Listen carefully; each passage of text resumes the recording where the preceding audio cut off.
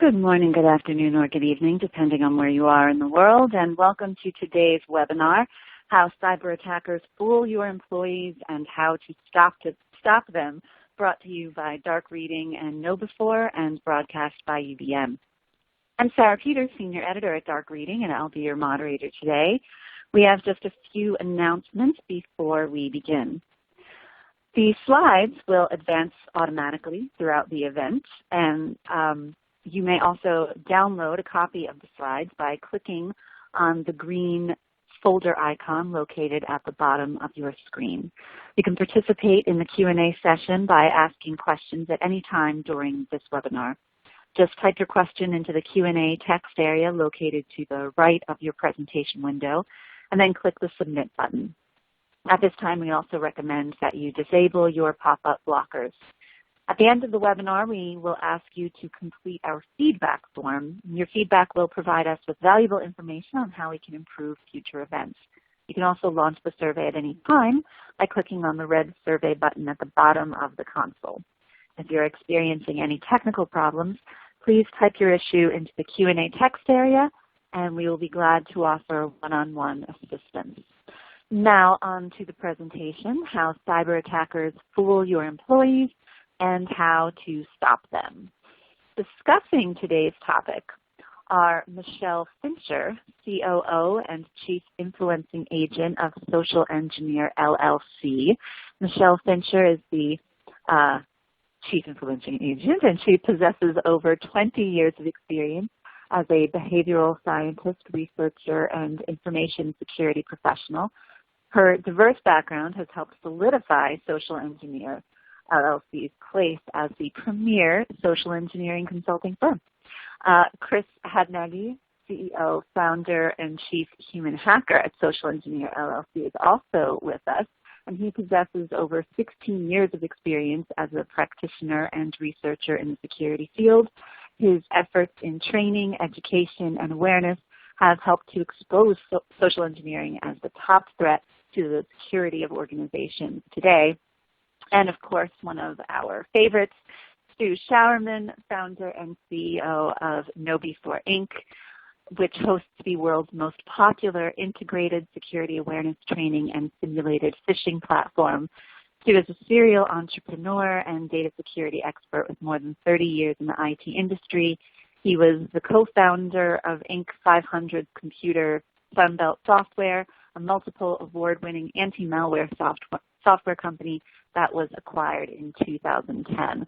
So it's a really great trio that we have for you today. And without further ado, I'm going to hand it over to our first two speakers, Michelle and Chris. Michelle and Chris, over to you. Thank you. Thank you, Sarah. Really appreciate the time today.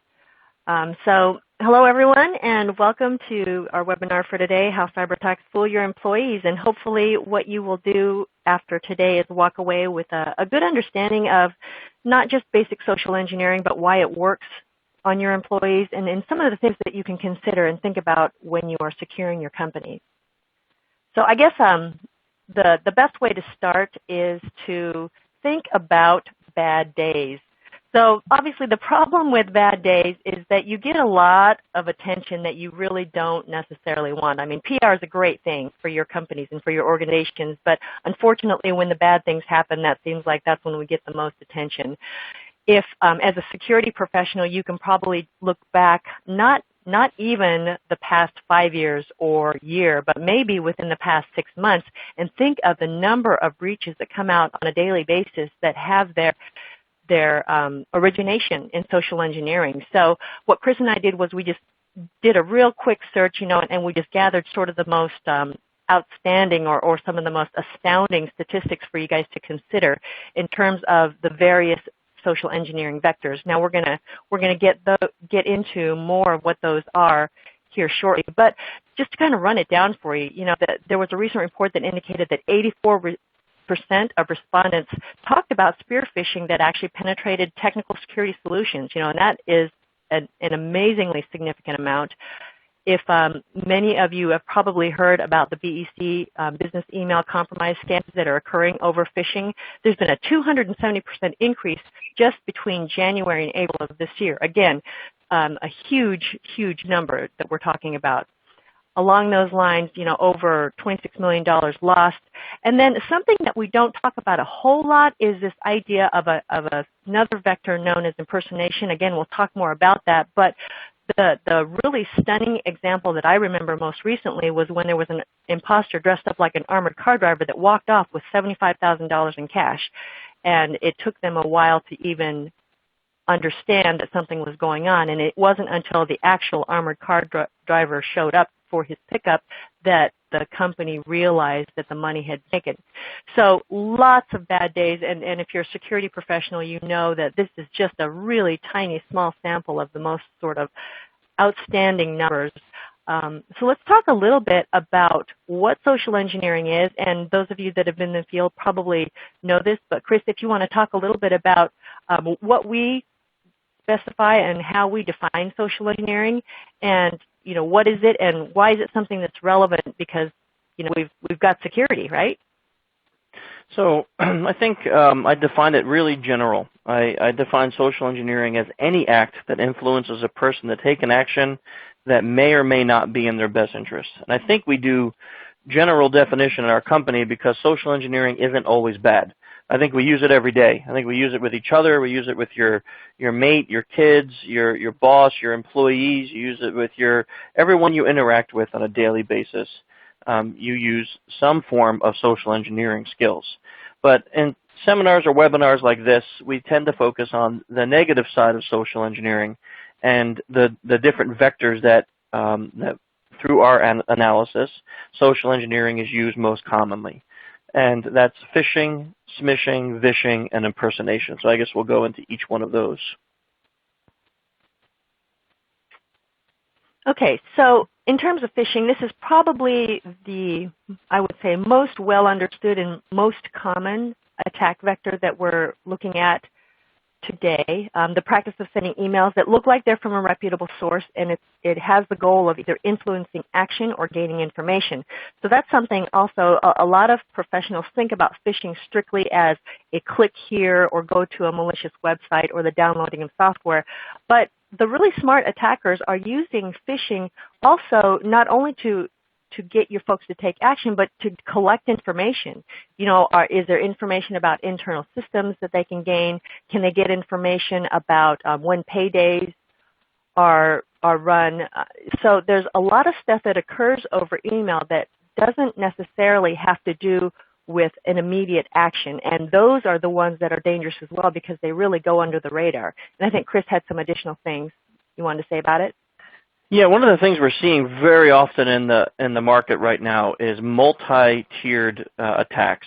So just like Michelle was saying, that we tend to focus on phishing as always being ransomware or malware, which is a huge problem. We see it all the time. But a lot of times too, we're seeing that they're using a combination of phishing plus one or maybe even two of the other vectors we'll talk about in a moment. And phishing is the information gathering tool. So they'll use it to gather credentials, just to gather little tidbits of information, even if it's something as simple as confirming email addresses work or confirming what vendor you use for X, Y, or Z. And those particular pieces of information are then used in either a vishing, smishing, or impersonation attack. So it's important that as we're talking about educating your population, your employees, that we also educate them on the fact that phishing isn't always just about, hey, click on this exe and install this terrible program. It's also about applying some critical thinking skills to reading emails and determining when something that you're being asked for seems odd enough that you really shouldn't give that information over. Thanks, Chris. Now, the next vector that we like to talk about is smishing, and it was something that was kind of big a couple years ago, sort of died down, and seems to be making a comeback. Now, this is the use of the mobile phone to lure people into downloading malware, visiting malicious websites, basically because of the smartphones, all of the things that phishing does as well. This has become a big issue, we think recently, simply because of the BYOD policy that's often in effect at a lot of companies. So now instead of an organization being able to lock down security just through their workstations, they now have to worry about devices that they may or may not have approved where people are checking email and doing other items.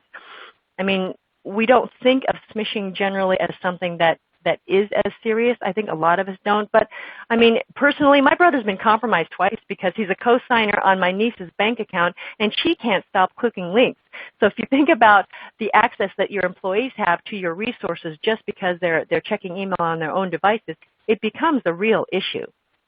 Chris, do you have anything you'd like to add? Yeah, I was going to say, in addition to that, because of what Michelle said with BYOD, what we see way too often is that sometimes the attacks aren't even related to their job. So they're not receiving fake SMSs from your tech support or IT, but the attacks are really very personal. So if it's a targeted attack, they're reviewing the target's social media accounts, or if it's a general attack, it's something like what you see here on the screen where it looks like from a bank. And they're sending them out to thousands, tens of thousands, or even more people at once, hoping to compromise their devices, knowing that most of those devices will eventually be brought into a corporate network and allowed to be connected. So we again, back to educating our population and employees, it's important that we teach them to keep this security consciousness that we're hoping to build into them, not just at work, but the same vigilance also when they're outside of work, because many of those attacks will come from a very personal nature. And I think the next one, which we're seeing way more nowadays, is phishing. As a matter of fact, if we went back just 2 or 3 years, I would say that phishing was not very widely used. But with the advent of VoIP and SIP lines being so available all over the world, the cheapness of them, they're not very expensive at all. The ease of setting up an Asterisk or some other type of VoIP server, we're seeing phishing making a massive comeback when it comes to attack vectors involving social engineering. Just in the recent 12 months, we've seen a huge increase when it comes to the grandpa scams, right? Calling as a grandkid, saying, I was partying in Mexico, got arrested, can you wire me $5,000 for bail? Seeing a huge increase in IRS-related scams here for the U.S. citizens here on the webinar. IRS scams where they're saying your taxes that you filed 4, 5, 6, maybe even 8 years ago were filed improperly, and now there's a $5,000 fee. We just constantly see the increase of the phone being used. In addition to financial, we see it the same again as what Michelle said with phishing as a credential harvesting tool, using the phone to gather little tidbits of information on the targets that can then be used for either phishing emails or other type of vectors. And I also think the thing that makes phishing particularly scary, especially at the organizational level, is that at least with phishing, you have some tools, you have some technology that you can rely on to help keep your individuals safe. Phishing is a very, very difficult problem to solve with technology because it's really easy to spoof a caller ID. Caller ID applications are of very little cost or free in a lot of cases. So when your folks are relying on caller IDs to determine whether or not this is the person that they say they are, it can be a really bad way if you aren't training your people to think critically to consider whether or not they should be giving out information. So I would say phishing is particularly scary because at this point, technology hasn't really come about with a good solution to ensure your folks are safe in giving out information to individuals they should be. Okay, and our final vector is that of impersonation. Now clearly impersonation is used with all the other vectors. Typically people are calling or emailing, impersonating a legitimate source, but we're also talking about the impersonation that occurs at your site. So if you have office spaces, if you have server farms, if you have places where outsiders should not be, again, it becomes a concern in terms of what are your policies, who are you letting in your office, how are you enforcing your folks' ability to recognize and authenticate people who should be coming in your building. The really sort of infamous stories you hear about tailgating all come about because policies are in place that don't necessarily help your people make good decisions. And as people, we oftentimes want to be trusting of others, and it feels bad when you see somebody that looks like a nice guy or gal, and you're going to stop them and say, "Hey, show me your badge." Or classic, someone carrying a heavy box, especially a female carrying a heavy box, and now you're a guy on the other side of the door, and you're going to make her hold the box in the rain while she shows you a badge. These things feel bad for us, and attackers know that. So they use our emotions and they use our common courtesy against us to get us to question or to even sidestep security policy. So we need to understand that. And the one thing we want to make clear is that when we talk about our mitigation factors in a moment, we never want to mitigate this by teaching people to be cold, rude, or calloused, right? That is not a good mitigation step. So we're going to actually get into how we can potentially teach people to be less of the low-hanging fruit when it comes to these 4 vectors.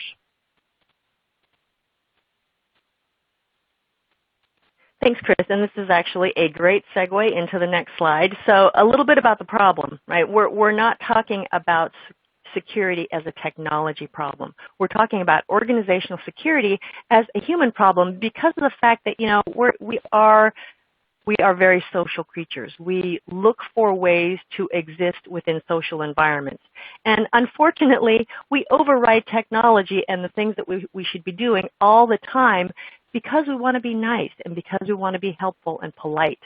So until we have Skynet, we still have the ability to make decisions that override our technology and our policies.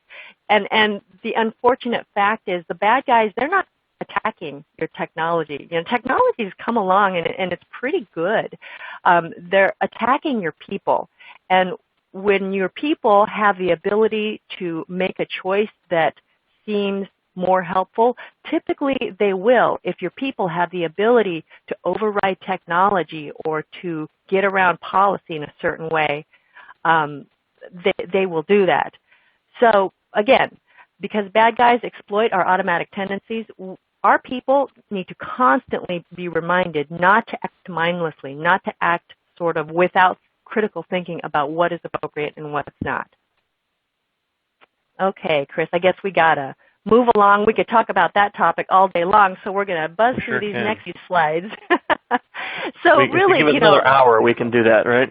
Right, absolutely. I mean, and so what we've done up to this point is tell you this is a huge problem. So let's spend the second half of our presentation talking about, what you should do and what you can do as organizations. So technology sort of as a minimum, this is the attack puppy. This is the bare minimum of what you should be doing. And it's great. It really is. I think we're going to be the last people to say that you shouldn't update your technology because you absolutely should. But again, this is sort of the beginner noob level.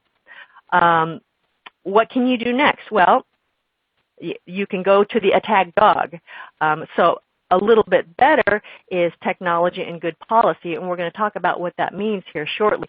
But this is good as well. This is where a lot of organizations will talk about, yes, we've got firewalls, yes, we've got a policy about visitors, but then what else can you do? Well, what we're aiming for, Chris and I and our organization, we're aiming to help you become awesome, because if you have good technology, you have good policy, and you're educating your people appropriately, that's when you have the best case of not being low-hanging fruit for the bad guys. Only the best picture ever found on the internet, by the way. That picture breaks the internet right there. They painted those dogs' nails, even in addition to putting them in a stormtrooper outfit. Absolutely. Epic. You can't beat it, right? So here's my next picture. Now, I don't want our tech guys to say I'm insulting technology, because technical solutions are great until they're not. But the point is you do have to implement, right? You should absolutely patch, you should whitelist, you should manage your apps, make sure your population in general isn't running admin on their machines.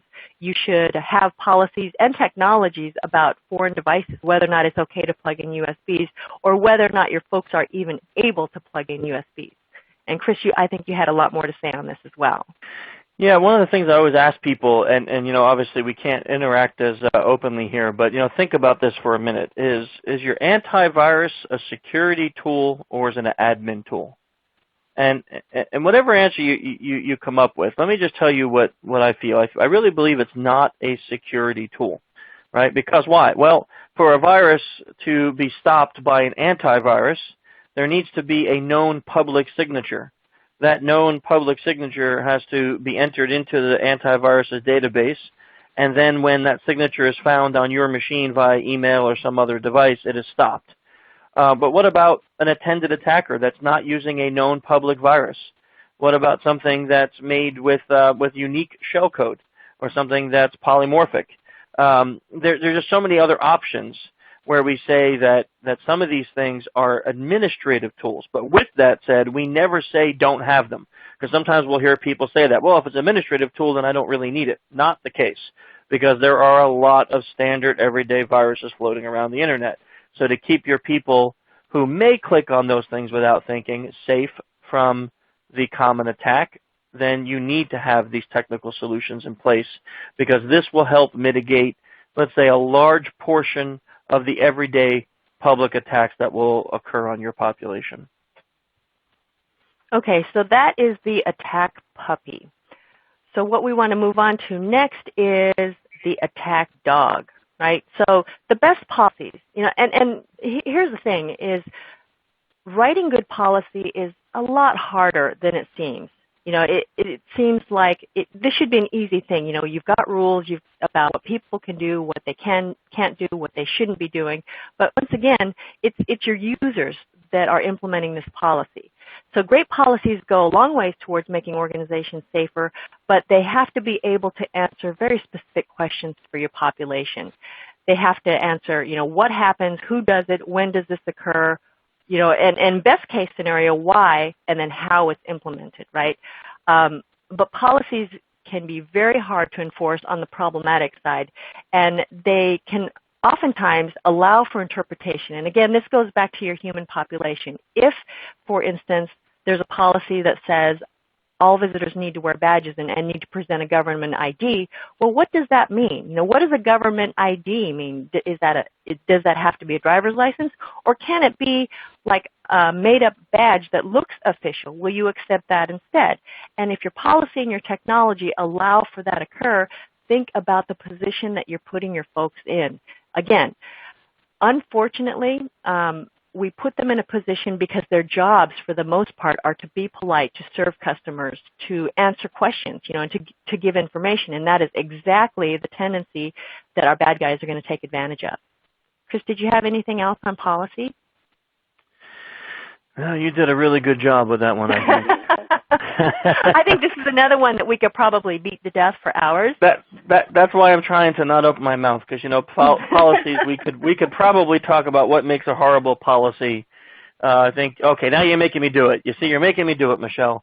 So bad policy, don't click on bad things. That's a bad policy, right? Because you're leaving too much to the end user to figure out what is a bad thing. So a good policy is just everything Michelle said. It's clear, it's defined, it's not open for interpretation, and at the end, if something bad happens, you can't go, oh, why did you do that? And I've included a couple examples that we have seen at our clients that are pretty decent policies. All suspicious emails and texts must be reported to a specific email address. It is pretty clear who does it, when do you do it. The only problem I might see with this one is, again, if you don't help your population determine what is suspicious versus what is legitimate, that's going to be difficult to enforce. No information regarding company projects should be disclosed to an unverified caller. How are you defining who an unverified caller is? Our company does social engineering as a living, and part of our job is to act like we are verified or act like we should have access to this information. So how are your folks determining who these callers are, what information they need to provide for authentication, and even more importantly, what is okay then to give out as returns.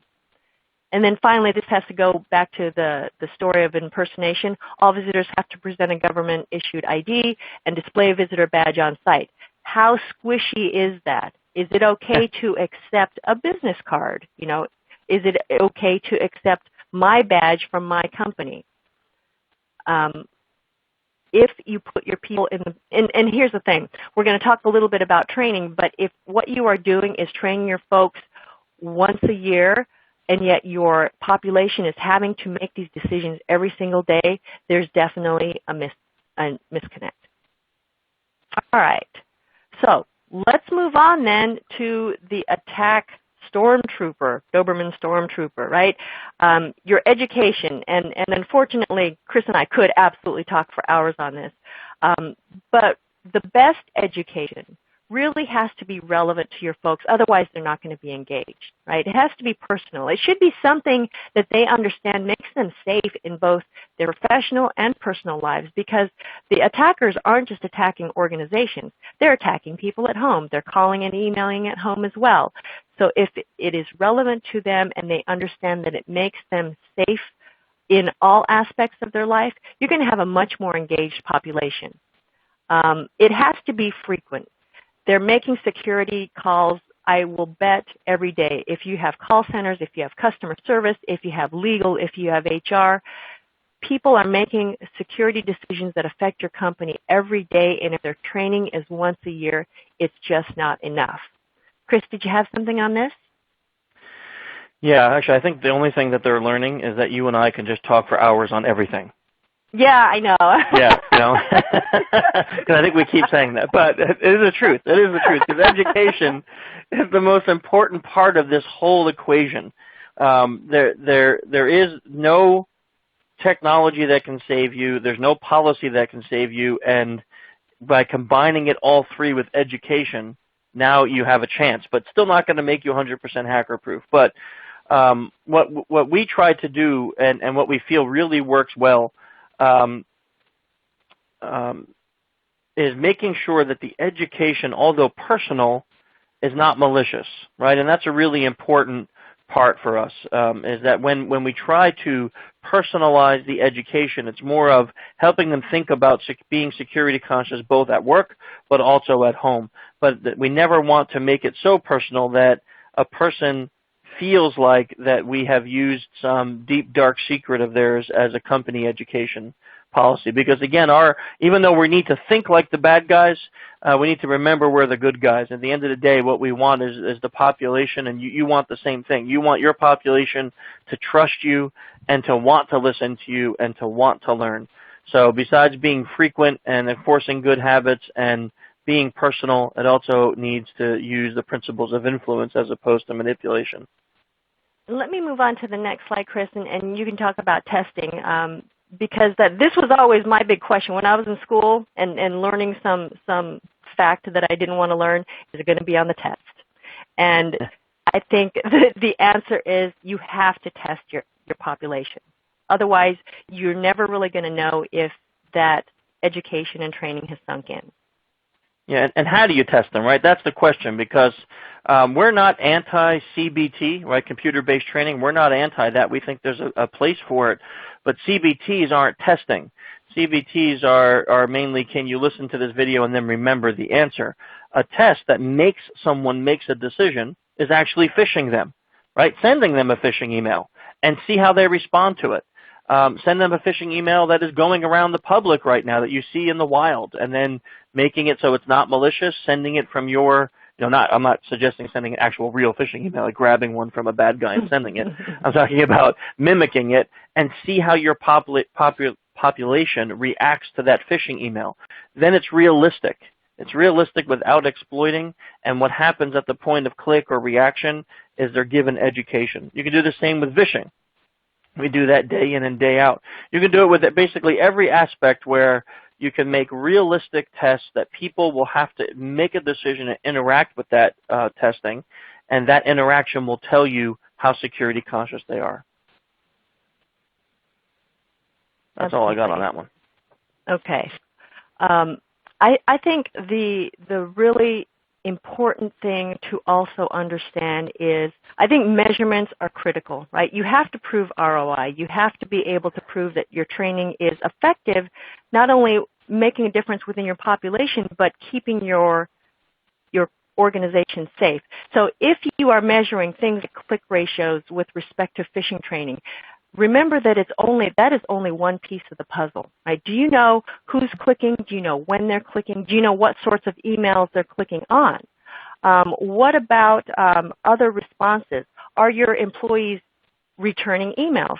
Or are out-of-office messages leaking information? You know, what else are they doing? A lot of times, if they're taking telephone calls and there are authentication questions, are they giving hints away to help the customers? So you need to understand what it is that's important, right? What it is that you're measuring, and then how that feeds back into the security loop. So if you are measuring click ratios, are you also measuring reporting? Are you also measuring other things like malware on your network? So think about this giant picture. I think especially with those of us who do phishing for our clients, it's really easy to focus on things like click ratios because they're very concrete. Everybody understands what they are. They're compelling, right? But it's only one piece of the puzzle. All right. And finally, this idea of effective use of training time. I bet that the vast majority of your population's primary job is not taking training or answering emails. When Chris gives this presentation, we always kind of ask, you know, how many out there get 100 emails a day, you know, over 100 emails a day? And the numbers are kind of staggering. So what it comes down to is that you're busy, I'm busy, we're all busy, and your employees are doing their jobs, they're answering emails, and so to make good use of training time is something that's really, really critical. And it's not just, are you providing good lessons? It's, are you rewarding and reinforcing the positive decisions that they make? Are you making safety a burden? If in order for me to report a security event, I have to call, then I have to follow up with an email, and I have to do something else, you're going to make it way too hard for folks to even create a security conscious environment, because it will take me 20 minutes to report an event when it's easier for me to just hit delete and forget that it happened. And then finally, again, this comes down to making sure your population is engaged. If it's personal to them, they understand that it is sort of a larger picture, that is the best use of your training time, because as a company, you're demonstrating that this is something that affects everyone regardless of where they are at any point in time. So the things we want you to take away from at least this portion of the presentation is these points here. First, realistic simulations are proven to help increase awareness, and we really could spend a lot of time on giving you all sorts of statistics on this. We'll give you a couple at the end, but they've been proven to help increase awareness. If you're going to take this on as a battle in your company, you want to lead it, you need to get the buy-in from the top down. If you don't have the higher levels supporting you in this initiative, it will become a battle, and it's one you really don't want to fight. We promote, don't exclude anyone. Don't let the C-level say, oh yeah, we don't need that testing. If anything, they need it more, because they hold the keys to the kingdom, and they're usually more publicly known, and they're more out there. We are huge proponents of using positive reinforcement. It's always better for positive reinforcement than it is to use fear or punishment. And then lastly, I think it's managing your expectations. Don't ever expect 100% success. You're going to have humans. If you do, and then your response is to lay people off because of failure, the next humans you get will be just as vulnerable as the humans you just fired. So as a human, we are vulnerable, so we can't expect it ever to be 100%.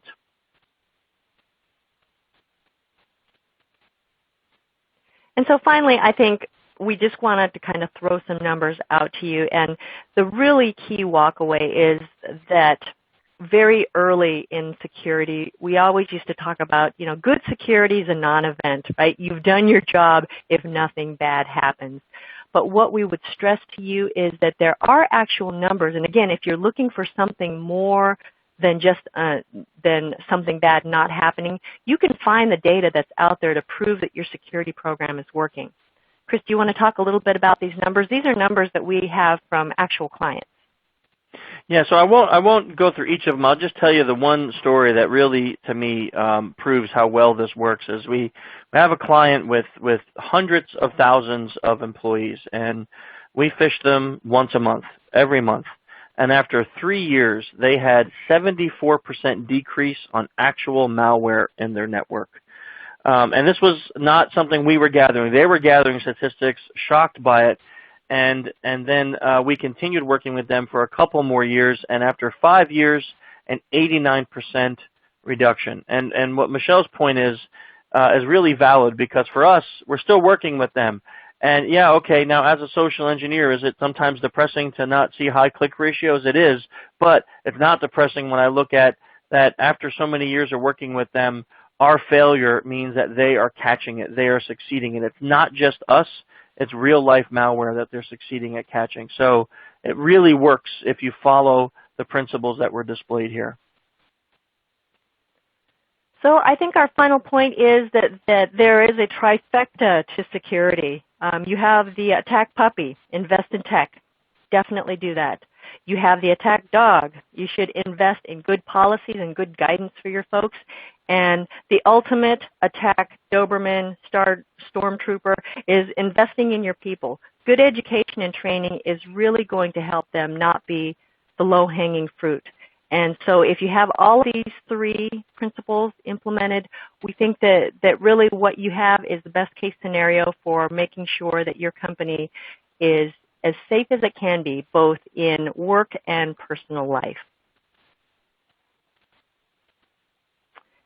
And I think, Chris, that kind of wraps it up for us. I think if we you would did like it. to contact us. Yeah, I think that is the we actually did it, and we're only a little bit over time. That's amazing. But if any of you have any questions or would like to contact us directly, there we are. And I guess, Sarah, we'll pass it back over to you. Thank you all for your time. No comments on the Sultry Asian Twitter? Nothing? No, nothing. No. If they know the story, they know the story. Not email me. I'll tell you the story. It's all about Michelle. You know what? I'm absolutely going to do that, Chris, because now I don't know the story, and I'm curious. That's a great story. Great story. Thank you both so much. That was great. Okay, now everyone, you will have noticed that there is a poll question that has just opened up before you. And I will read it out for you if for whatever reason you missed out on the ability to read or you just like to be read to. The question is, how would you best describe how your organization currently does security awareness training? We do nothing and rely on our filters. We herd all of our users once a year into the break room, do a monthly short security video, we do phishing tests to high-risk employees, or we have the human firewall, where we train all employees online and send frequent phishing attacks. And I am curious about that because it seems to me that I would love to see that people would be on the bottom half of this, where they do a lot of the heavy, not heavy-handed, but frequent testing, like you two suggested earlier. But where do you expect that people will respond to this question? Everybody in the audience, you have just a few seconds to respond. So go for it while Michelle and Chris give their guesses about how everyone's going to respond to this. What do you think? Oh, well, obviously we would love to see the human firewall, and I think as we are becoming more mature in our security posture, companies are recognizing the value of good education, good testing and training. Unfortunately, I think A lot of times, though, it is difficult for security folks to get programs implemented because, again, it goes back to this whole model of good security being a non-event and being more like insurance. You know, you're paying all this money, you don't have a nice shiny box with lots of flashy lights, and so how are you able to prove that this money was worth it? So I know what I would love to see. I'm kind of scared to see how this is going to fall out, though. No, it does still seem like there is that awareness training is something that is mandated by compliance checklists, and hopefully that's not what people are doing, but I'm going to do the drum roll and see what we've got here. Before you reveal it, let me just say I saw a statistic. Oh, there it is. Hey! Sorry. No, that's, I mean, it's okay. 29% is the second highest opposed to break room, which makes me sad. Oh, all right. So we have kind of, well, I mean, we're still on the low end that we have 14.8% of people who said that they do nothing and just rely on filters, which is a bit sad, but at least 35% are doing some kind of training, giving the personal touch once a year. 14% there giving phishing tests to their high-risk employees. And just yesterday, I think it was, we did a column on Dark Reading about whaling attacks for the people who are your executives, those kinds of people who maybe need to know a little bit extra. I think we're all worried about those DEC attacks right now. And then you're right, Chris, that 29.6 human firewalls is good to see. So you're heartened by this information?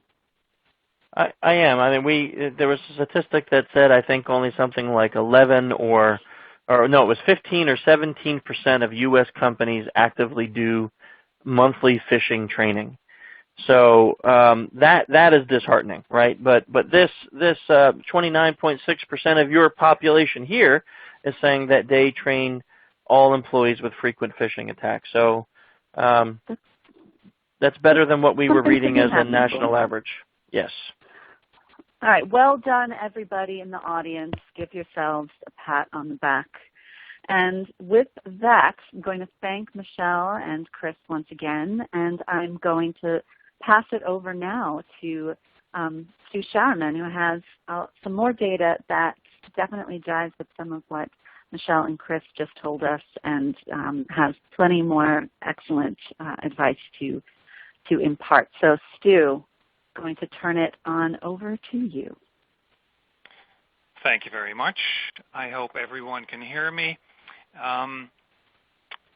A little bit about us, not too much, because we do want to talk about the excellent suggestions that were just given, and it's a perfect follow-up. We have about, at this point, 4,500 customers doing just that, sending frequent simulated phishing attacks to their users. The third bullet there, Kevin Mitnick has been helping us out with the setup of the platform. By the way, Chris, I was IMing with Kevin. He's in Orlando, and he says hi. So it's a small world. The issue is mainly that if you look at the threats today, and both Michelle and Chris did a very good job in explaining what you're currently faced with, in the sense of essentially employees being low-hanging fruit. Spear phishing, practically all of them started, let me rephrase that, data breaches started with a spear phishing attack. But this is kind of old data. What we're currently looking at is CEO fraud, which the FBI calls business email compromise. That 2.3 billion was recently updated. It's now 3 billion. And then W-2 scams where sophisticated bad guys just impersonate the CEO and ask, hey, could I get a PDF with all the W-2s? And sure, they get sent out. Hundreds of companies have fallen for this. And then obviously ransomware, which is, I haven't quite yet made up my mind whether it's the great white of malware or if it's the super villain of scams. Ransomware is, we just got survey results back. 2016, 40% of people have been the victim of a ransomware infection, as opposed to 20% 2 years ago. What Chris said about antivirus and endpoint security, yeah, it isn't necessarily a security tool because you cannot really rely on it. If you think your endpoint is going to block all social engineering attacks, you are living with a false sense of security. The humans indeed are the weak link, and they need to be trained. Now, how do you manage these types of threats? As has been clearly stated, and I could not agree more, that's education. And I'm going to give you a few best practices here on how to do that successfully. And yes, you want C-level buy-in to make this work. But here's how thousands of people do this today, which is a baseline test. You start with a simulated phishing attack, which is not announced. Management knows about it, but users don't. That gets you a percentage. That percentage is usually 15, 20%, and that is your catalyst to kick off the program. You communicate that to everyone and say, hey, we have a problem. We really need to address this. This is a liability for all of us. If the network gets infected with malware, we're sitting all on our hands for days. Not a good plan. Let's train everyone. So the second step is training, CBT, on demand, interactive, online. It enlightens the end users to the point where they truly understand what the dangers are. Most of them simply don't understand how dangerous it really is. Step 3, frequent simulated phishing attacks. Ideally, random templates, random times, so you don't get the so-called, what we call here the prairie dog effect, where people start warning each other, hey, there's a phishing test, don't click on it. And then obviously you look at the results. So the people that currently run your once a year in the break room, you keep them awake with coffee and donuts. It's death by PowerPoint, and you can check your compliance checkbox, but it isn't honestly effective enough. You do want a coordinated campaign. Simulated phishing of just a few high-risk groups isn't really going to cut it, because you need to train everyone literally from the mailroom to the boardroom. You want to train everyone, because especially the high levels, they do have a target on their back. This graph that you see over here is how it usually looks. You want the black line to go down. The black line is your phish-prone percentage. And the colored bars are the different types of attack vectors that you can unleash on your users to educate them. So the red bar is clicks. You see clicks go down over time. The attachments is purple. The data entry is orange, meaning you phish them, you send them. For instance, hey, you need to log into your email account because we've had an email server upgrade, and you present them with a page where they have to enter their credentials. Those types of things are very popular with the bad guys and used all the time, and you need to train employees to not fall for those kinds of tricks. Once you have a program in place and you do a monthly phishing attack, we strongly recommend do attacks that are over different kinds of campaigns, like you combine social media with current events, with government. And so you have a few hundred templates you can send to your people at random times.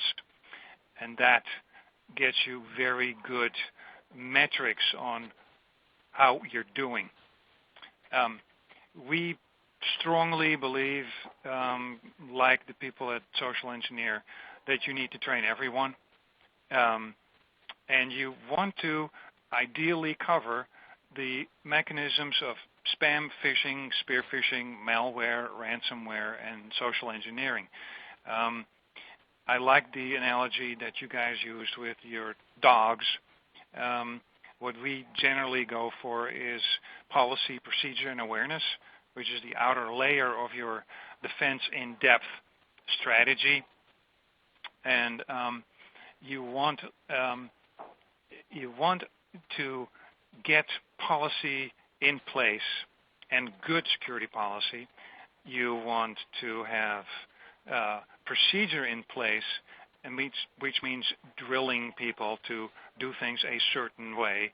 For instance, with the recent CEO fraud or BEC, never allow only one person in the organization to put the OK and send wires. You have to have two people independently do that kind of thing. What you can also do is, if you do phishing attacks, you can slowly increase your level of difficulty. Our templates are rated from 1 to 5 with stars, and you are going to see over time that you can increase the level. So you can enter their name.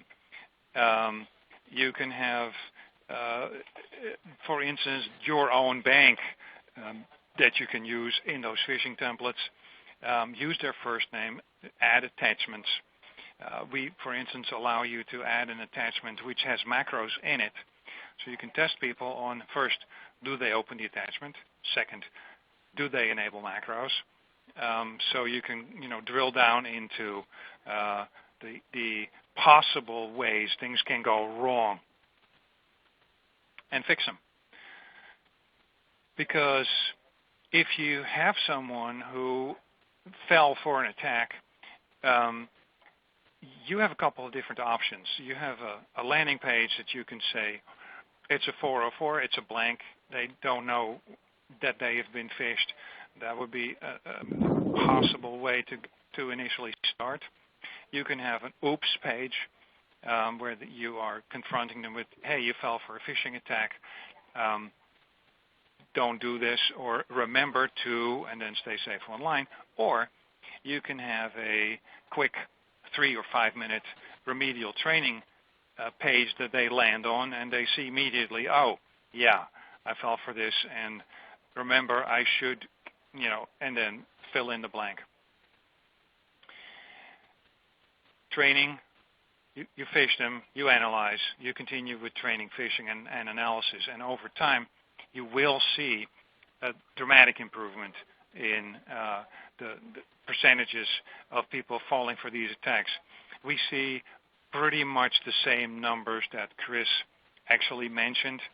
We took a 300,000 employee test over a year, and big averages. 16% was the initial phish-prone percentage, and after 12 months of continued training and phishing, that dropped down to about, just over 1%. So it is possible. The way we position our platform is, this is a great way to manage the ongoing problem of social engineering. This is not what you call a solution, but because this problem isn't going away. You are, of course, going to continue to invest in your filters, your layers, all your technical solutions. But this is a piece of the puzzle that we strongly recommend you add to as an additional top-level human firewall that gets you a very good ROI. And that, honestly, if I step quickly through it, is the message that I had for everyone here today. Stu, thank you so much. That was great, as usual. Now, before we begin with today's Q&A, we have time for just about a couple questions. Want to ask you to fill out the feedback form that is just opened up on your computer. If your pop-up blockers have prevented the form from launching on your computer, you can click the red survey button on the bottom of your screen, and to complete the form, just press the Submit Answer button at the bottom of the page. Thanks in advance for filling that out. It really does allow us to better serve you. Now, onto the Q&A portion of our event. You can just type your question in the text box or click the Q&A icon on the bottom of your screen and then click the Submit button. Stu, I wanted to start with you and just ask you really quickly what your thoughts were on that quick survey we did before your presentation. Did the responses surprise you, or was it about what you expected? I was happy to see that the number of people that are having a human firewall in place are going up. It wasn't this high last year, this time around. So there's progress. But if you look at the total numbers, 70% of the people are not doing this yet, and that is essentially keeping a security vulnerability or a security hole open that is sizable. I don't want to say you can drive a truck through it, but the bad guys are going to be relatively easy. It's easy for them to get into your network. So motion in the positive direction. Mini Cooper through it. Mini Cooper, sure. And we had several questions about ransomware. Do you have any recommendations about how to specifically protect users against ransomware? Yeah. There are a bunch of different things that you can do. If you look at the main ransomware attack vectors, the number one is email with attachments. And often they're currently using the macro trick. So if you can't globally through ideally, top down, turn off macros in your whole organization. That's one thing. That's a technical control that you can put in. Second, attachments themselves. I would basically always block zip files to begin with. There's a whole bunch of technical filters in your email gateway. Those types of things. We have a blog post that lists about 8 things that you can do to block this kind of stuff. Obviously, you want weapons-grade backups that allow you to roll back to an earlier version of the file. Ideally an hour. That's not always possible, but there's many things that you can do, and obviously sending people those simulated phishing attacks that mimic ransomware is a very good idea. And really quick, we know that our technical staff is particularly difficult to convince to stop clicking on things. So any particular advice about them? Technical staff in the form of admins have the keys to the kingdom. They have admin rights, and they are the people that are going to be targeted the most. So especially admin people need to be thinking not just once before they click, but they need to think 3 times before they click, because if someone social engineers them, the game is lost. All right, excellent. Well, I am afraid, everyone, that we are out of time. So look for more information related to today's webinar, please visit any of the resource links that are going to be available on the green folder icon at the bottom of your screen. And within the next 24 hours, you will receive a personalized follow-up email with details and a link to today's presentation on demand. Thank you for attending today's webinar, How Cyber Attackers Fool Your Employees and How to Stop Them, brought to you by Dark Reading and KnowBe4 and broadcast by UBM. This webinar is copyright 2016 by UBM. The presentation materials are owned by or copyrighted by Dark Reading and KnowBe4, and the individual speakers are solely responsible for their content and their opinions. On behalf of our guests, Michelle Fincher, Chris Hadnad, Yusuf Showerman, and KnowBe4, I'm Sarah Peters. Thanks for your time, and have a great day.